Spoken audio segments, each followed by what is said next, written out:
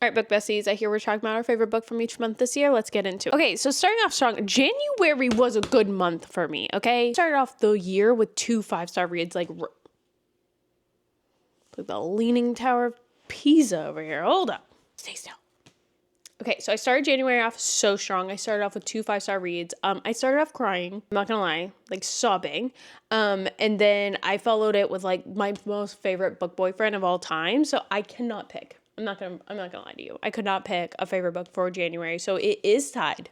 This is the only month I have a tie between Hawke by Jessie Hall, because I love Hawke, okay? Not into the cheating trope, or at least I thought I wasn't into the cheating trope until I read this book. I like if they're gonna cheat together, right? Like you are with trash person, your boyfriend is a pig.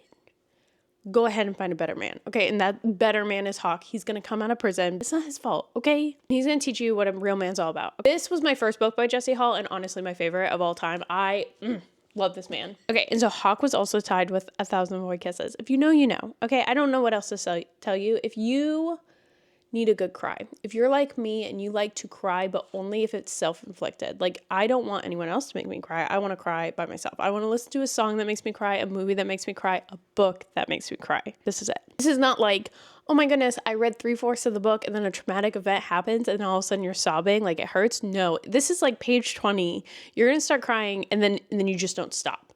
So this book should have been called 1,000 Tears, because my gosh, it was so perfect. It was so sweet. I'm scared to read more. No, she came out with another book this year, but I'm scared. I don't know. Maybe 2025 will give it a shot. This is YA. Like, I know everything I'm about to probably say is very dark, very spicy. Not this one, obviously. It's so cute. Look at her. It's cutesy. It's like high school romance, you know? First love. I loved it. Okay, February. Cole. Ruthless Empire. January and February to me was the Royal Elite series, is by Rena Kent, like the whole series. This is the last book of the series. My favorite. My freaking favorite. The plot twist in this book, I can't tell you. Spoiler, I'm not going to tell you. You should probably read all the books. I feel like it would make this book better. But frankly, I'm going to be so real with you. I am not a book recommendation person that's going to tell you, you've got to read them all. You have to read F it. If you want to read the book, read the book. You could read this by yourself and you'll figure it out. It'll be fine. Like if you're like, hey, I want to start Rena Kent and I don't really know where to start. Technically, you should start with Cruel King. That's the first book of the whole world. If you're like, damn it, I just want to read the good ones just to see if I like it, go ahead. Here you go. Take this. You can borrow mine. This is a hardcover copy. This is a nice one. I haven't even read this. I'll let you borrow it. Fucking fantastic. March was actually a really good freaking month for me, and I was torn for March, okay? I'm not gonna lie to you. I was torn. 2 5-star reads again. I only have one of them, okay? And it is the Edge of Darkness trilogy. I have all 3 books. This is a trilogy. It is not standalone. You have to read all 3. So like when you get into it, just know that. I recommend anytime somebody's like, Jess, I've already read all the popular book talk dark romance books. What are this one? This is the one. This is the one you need to pick up. If you haven't already, go ahead. This is top of your TBR list for 2025. It starts with Insatiable. It's by Lee Rivers. It is, all of these I think are available on KU. So freaking good. Like so freaking good. I hear a lot of people talk about Lee Rivers and I hear them talk about Little Stranger. I read Little Stranger. I liked Little Stranger. But I'm telling you, this book to me is Lee's best book. In all fairness, I've only read these and Little Stranger. So if she's written more, there may be better, but this is so fucking good. It's going to have every single dark romance trope you've ever seen. Every emotion that like you have been gifted to feel, you will feel this. You'll want to scream, throw your book, like throw your Kindle. All of it. You're going to cry. You're going to fall in love with his dad. My gosh, what a time. But then I also read, in the month of March, I read The Fabric of Our Souls. I don't own it because they changed the covers and I really liked the cover. It had like a skeleton and it was like coming out, like, I don't know. And they changed it to be like black and red with these flowers. Sometimes you regret like so bad not buying a book when you like initially saw it because that cover was so beautiful. That book made me cry too.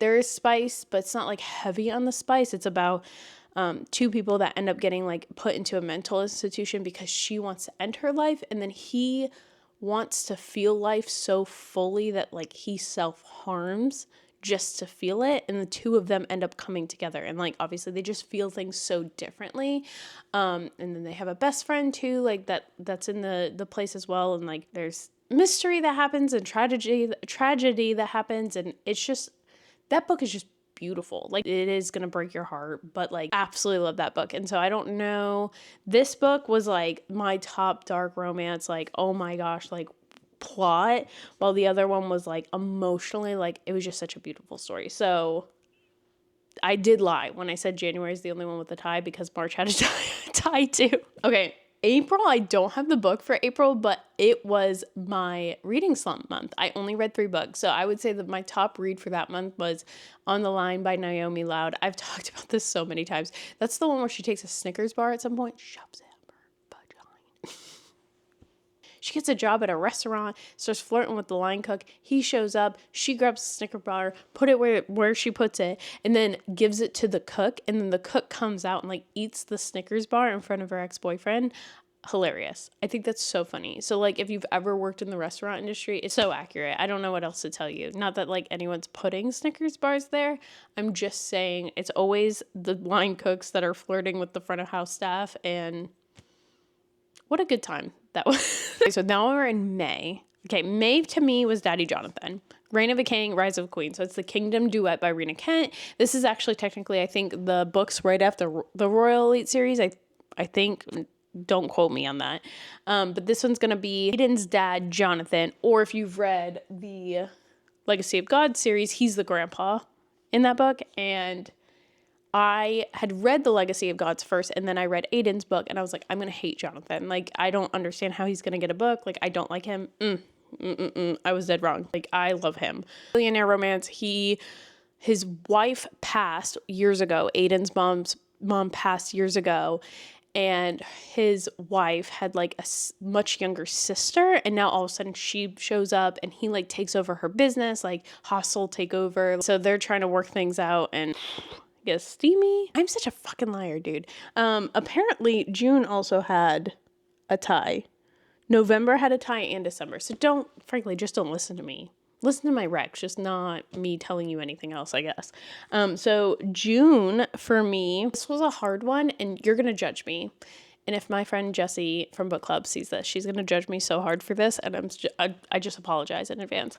So I'm gonna say that it was tied. God of War, Rena Kent's last book in the Legacy of God series. I got to read this as an arc. I loved it. Like, emotional. It's about marriage. Like, it's just powerful. Like, I feel like it got misunderstood a lot in the book talk community. Actually, it wasn't that it was misunderstood. I think the people that did not like it, like, totally are validated in the fact that this is not anything like the rest of the Legacy of God series. It's not. Like, she writes the rest of the Legacy of God series. Like, they are in college.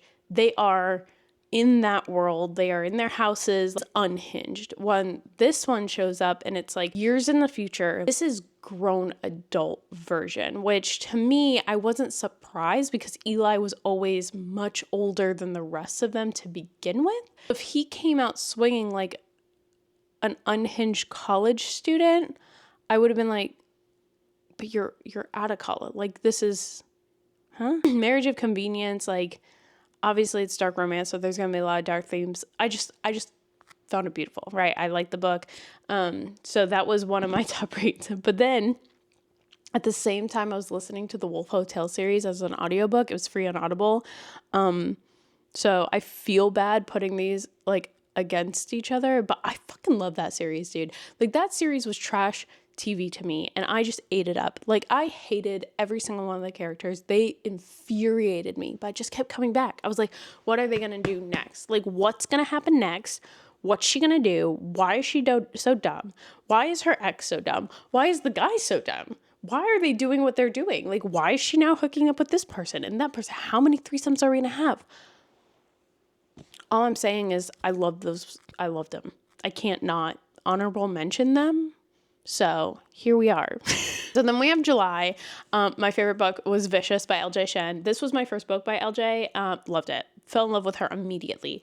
I fangirled a little bit and I emailed her and was like, I absolutely love you. And she sent me all 4 books of this series with the sprayed edges, and she signed them. Here, let's see. I love her. So this one's going to be like a bully romance. They're in high school together, but it's also at the same time like 10 years in the future. So you're kind of going back and forth to get their backstory and now like where they are today. Fantastic. 5 stars. I always light up when I bring this book out. Ha! Lights out, I light up, you know, same thing. Nevessa Allen. This was an audiobook. Oh my gosh. My favorite audiobook this year. I actually listened to quite a few that were really good. This is just so good. Jacob Morgan killed this. Like, everyone that doesn't listen to dark romance is even starting to listen to it and be like, nope, you're right. I don't like stalker romances, but I'm in love with this. Like, the banter, the humor. It's like comedy, dark romance comedy. If you are curious of dark romance, please try this one. At least just try this and don't read the book. Just whatever you got to do, like listen to the audiobook because it's perfection. I don't know what I did there, but that was October. I skipped some months. Apparently I said F August and F September. Okay, so in August was my birthday month, and I did a lot of audiobooks that month because I was just busy. Like, I didn't have time to like eyeball read as much. I listened to the Sick Boys series. Now, this is not to get confused with Sick Boys by Clarissa Wilde, because I have read that as well. This is a series, and it is free with it was free with my Audible subscription. Pretty Little Savage, I think, is the first book in that series. Talk about bad bitch energy. The FMC, she's kind of annoying a little bit. Like, at first, she's insufferable. Like, she just like doesn't care about anyone. She's been screwed over so many times that she's just like, I'm done with the world. But she gets better. But the 3 books are a trilogy. Like, you do have to read them or listen to them in order. And I don't know. I ate them up. And then I read the 4th book, which is a different couple. And I really like that audiobook as well. I have said, though, that if you do listen to, it's called Wicked Heathens, I believe. That one for me, like, was kind of triggering in the sense that like I've never listened to like something was happening to her as a child, and I was like listening to that, and it was like I didn't like listening to that. So like, just a heads up, if that one's triggering a little bit for you, like maybe skip that chapter. But other than that, highly recommend those books. They're so good. Okay, and then in September, so August and September, I like was listening to the King series by T.M. Frazier, and these are biker gangs, like burly biker men, not like little boys on their bikes, like straight up biker gangs. Fantastic. This was recommended to me by the lady that does my hair like 800 times, and finally I was like, I got you, girl. I have time. I'm gonna listen to them.